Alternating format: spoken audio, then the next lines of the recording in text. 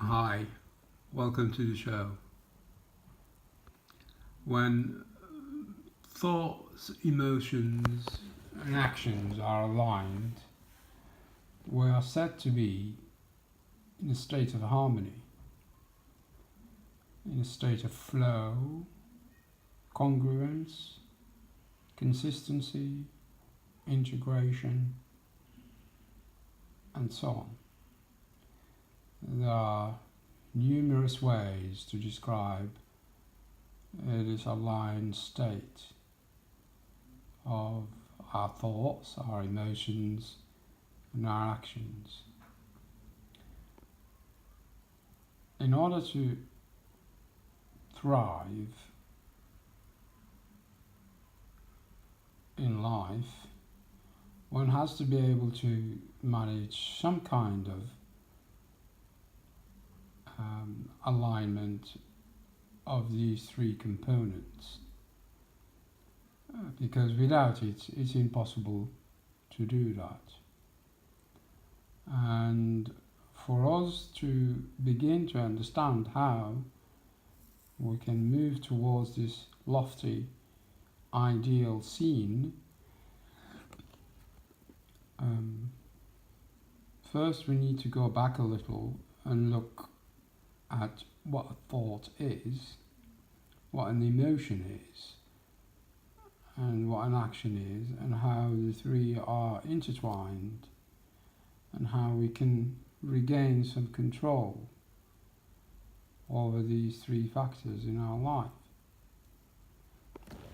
A thought can have many definitions, but one of which is, first of all, we don't know where thoughts come from, where they emanate from. Some say they come straight out of the ether, they just emerge. Some say there is a collective consciousness, where there is a reservoir of thoughts and consciousness and a source that all of us can tap into.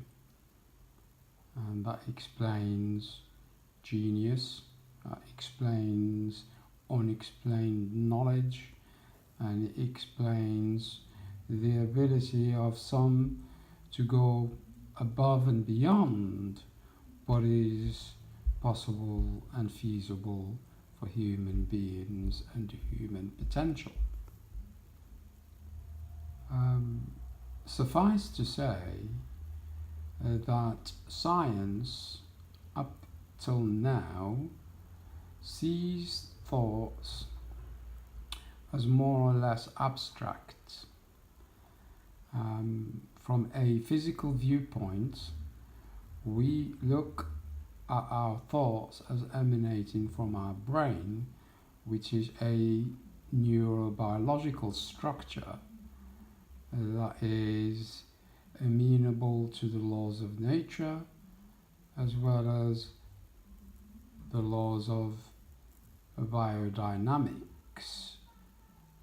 And we have come to the conclusion that there is nothing else other than the brain, and that is the reason where thinking emanates from, precisely in the form of either electrical impulses or chemical reactions that do take place within the confines of the brain area and the nerve area of the body to help us in our movements and navigating our way around the world, B, assist us in our sensory orientation and senses, and C,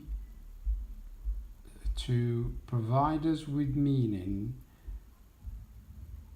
and higher functions in order to understand and control the environment around us. And these thoughts we, through the ages, were able to translate and codify into utterances and into symbols, and that were there to be stored, first of all, in our personal memories, again, in brain cells, but also in external memories that we made for ourselves through writings in caves, on walls, in books, and through information technology. And these are the thoughts that we think all the time. Our thoughts can be shallow or they can be very deep. And they, because of the way we have evolved, are intimately interlinked with our emotions. They inform our emotions and are informed by it. Our emotions, ranging from anger to joy to fear to sadness to boredom and so on, are there primarily to protect us from the environment that we're in and to help us through navigating threats in our environment through our fight or flight mechanism. And therefore, these two processes, our thought processes and our emotions, are there to modulate the waves that are around us and to help us navigate the world around us. If, for instance, there was a threat, it will be seen as a negative emotion. It will be fear, and fear then will start a process of thinking that says fear is associated because of past experiences accumulated through centuries of experiences and through centuries of learning.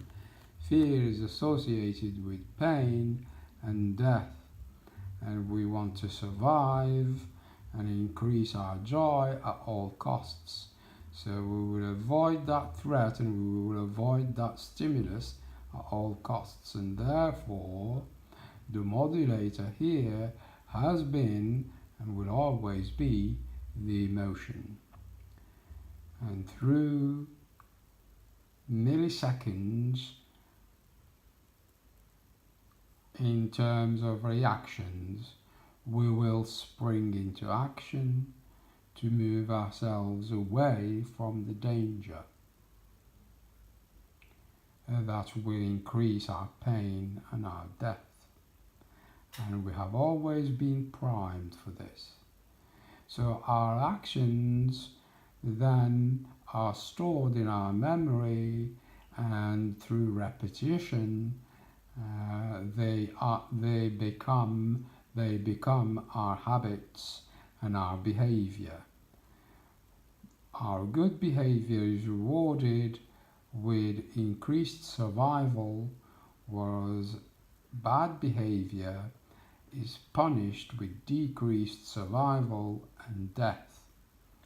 And therefore, any pro-survival thoughts, emotions, and actions will be rewarded, and the contrary is true. Any thoughts, emotions, or actions that are contra survival will be punished. This is simply one way to look at this triad of thought, emotion, and action. So therefore we increase one, we increase the others. Any good thoughts will generate good behavior, will generate good habits and good action. And for some, this will come as no surprise because this is the basis of cognitive behavioral therapy. Cognitive meaning thought, behavioral meaning behavior, and the emotions are included in there. So we are changing the thinking to change the behavior via the thoughts.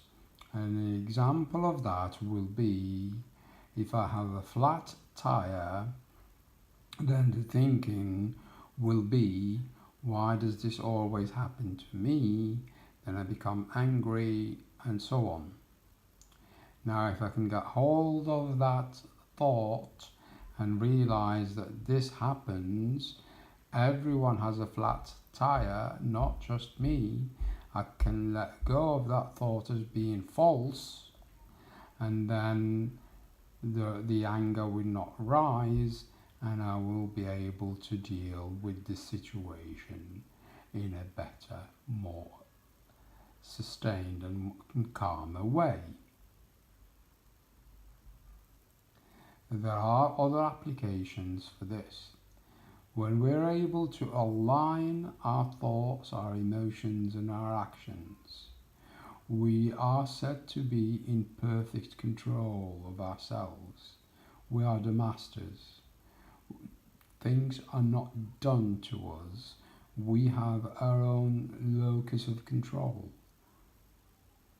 And this could be another talk for another day, but further research is required here. We are the first mover. When something happens, we know that it comes from us. We do not attribute fault to anything outside of ourselves because we know that we generate the thought, the emotion, and the action. If we are not in control of this triad, then what we do find is we find that instincts are in control. And instincts arise when, again, confronted with a flight or fight situation and a threat. The instinct would be to become anxious, fearful, and to simply freeze, run, and so on. And this could be taking place for days on end. It is maladaptive, it is not good for us, and that is an instinct that we have no control over. First of all, we do not realize why it's there, and second, it can make us ill, and so on and so forth, and it can cause all sorts of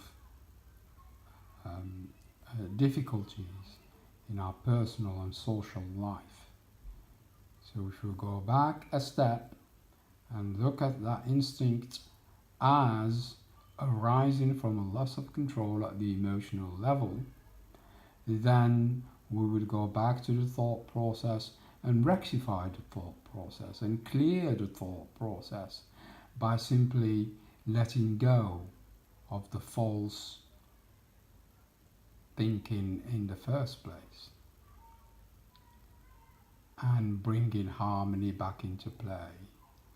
And to simply let go of the false thinking, we let go of its charge, of its negative charge, to the point that it no longer has a hold on us. And there we have cleared a negative emotion and a negative thought, and we have aligned our thoughts and emotion. And if these two are aligned, then our action will follow, and it will be a positive action. Now, I hope that I have given you enough